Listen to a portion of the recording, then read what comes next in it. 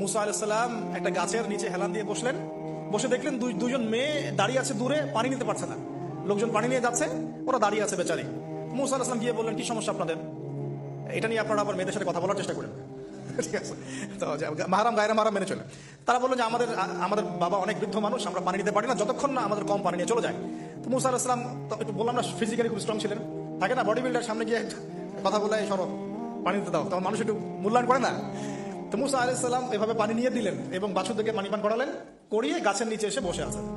বসে বসে তিনি দোয়া করছেন, এই যে দোয়াটা তিনি দোয়া করছেন, রব্বি, একটা নেক কাজ করলেন, নেক কাজ করলেন না, মানুষের উপকার করলেন, নেক কাজ করে এসে গাছের নিচে বসে দোয়া করছেন, আল্লাহ এখানে তো আমার খাবার পানি বাসস্থান কিছুই নাই, আমি কি করব? রব্বি ইন্নী লিমা আনজালতা ইলাইয়া মিন খায়রিন ফাকির, রব্বি ইন্নী লিমা আনজালতা ইলাইয়া মিন খায়রিন ফাকির। আবার বলেন, রব্বি ইন্নী লিমা আনজালতা ইলাইয়া মিন খায়রিন ফাকির। অর্থ হচ্ছে, হে আল্লাহ, তুমি তোমার পক্ষ থেকে আমার উপরে যে নিয়ামতগুলো দিবে, আমি এর জন্য ফকির হয়ে বসে আছি আল্লাহ। অর্থ বুঝে পড়বেন ভাই, নামাজ রোজা হজ জাকাত যাই করেন আল্লাহর ওয়াস্তে অর্থ বুঝে পড়বেন। অর্থ বুঝে পড়লে আপনার ইবাদতের স্বাদ পাবেন, তৃপ্তি পাবেন, আল্লাহর সাথে কানেকশন হবে, আল্লাহর নূর পাবেন, মারিফত পাবেন, সত্য স্বপ্ন দেখবেন তখন ইনশাআল্লাহ, তখন সত্য স্বপ্ন দেখবেন ইনশাআল্লাহ। আল্লাহ পাক তৌফিক দান করবেন। এবার আল্লাহ পাকের সাহায্য নেমে আসলো, ওই দুই মেয়ের মধ্যে একজন হেঁটে হেঁটে চলে আসে। এবার এই মেয়ের হাঁটা সম্পর্কেও কোরআন কথা বলেছে, সুবহানাল্লাহ। এই মেয়ে কিভাবে হেঁটে এসেছে এই হাঁটার বর্ণনাও কোরআন দিয়েছে। কোরআন বলেছে এই মেয়ে হেঁটে আসছে লাজুক পায়ে। কি পায়ে? এখন আপনি এই পুরো ওয়ার্ল্ডের মেয়েদের হাঁটা দেখেন, লজ্জা আছে? তাহলে মেয়েদের সাথে লজ্জা একটা গভীর সম্পর্ক আছে। এই মেয়ের প্রশংসা আল্লাহ পাক কোরআনে করলেন, লাজুক পায়ে, লাজুক ভঙ্গিতে, অবনত নয়নে সে হেঁটে আসলো। এখন আপনি কেলে যান, গো টু কেল, আপনাদের টুইন টাওয়ারে যান, দেখেন সবার হাঁটা চলা দেখেন। হায়া লজ্জার কোনো বালাই আছে এখানে? আমি গত লেকচারে বলেছিলাম যে আদম আলাইহিস সালাম এবং হাওয়া আলাইহিস সালাম, ইবলিস তাদের সাথে প্রথম যে আচরণ করেছে ওই ফল খাওয়ানোর পরে, সেটা কি? তাদের গা থেকে পোশাক খুলে পড়ে গেছে, মানে নগ্ন করে দিয়েছে আমাদের পিতামাতাকে। মহাবিশ্ব নগ্ন করে দিয়েছে কে? ইবলিস। এখন এই পৃথিবীতে আমরা যারা নগ্নতার চর্চা করছি তাদের কার এজেন্ট আমরা বুঝতে বাকি আছে? আমার কথা কি বুঝতে পারছেন কিনা?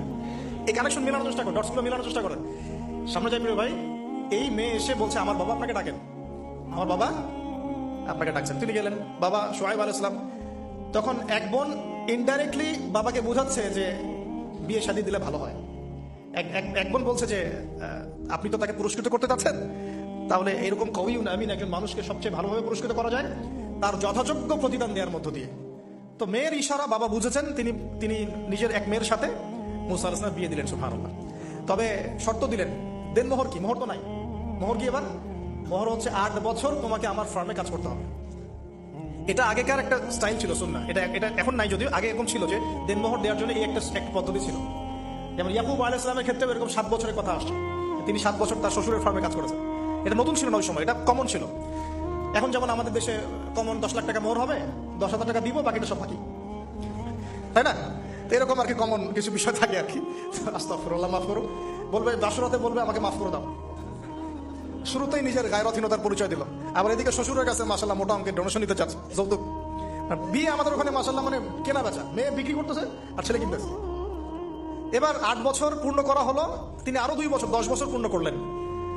এই 10 বছরে মুসা আলাইহিস সালাম নবী পরিবেশ পেলেন, অভিভাবক পেলেন, স্ত্রী পেলেন, প্রেমময়ী সন্তান ইত্যাদি সবকিছু।